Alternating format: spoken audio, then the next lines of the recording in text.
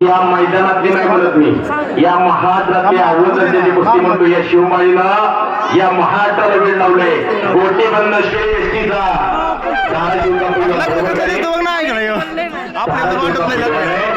शिवमाळी नाव आहे. नाव सांग तुझं. विशाल पवार श्रीगुंड. आता कुस्ती बघा, दिसतेवर बघा, दिसायला दोघेही लागले पण दोघांची कीर्ती मान आहे.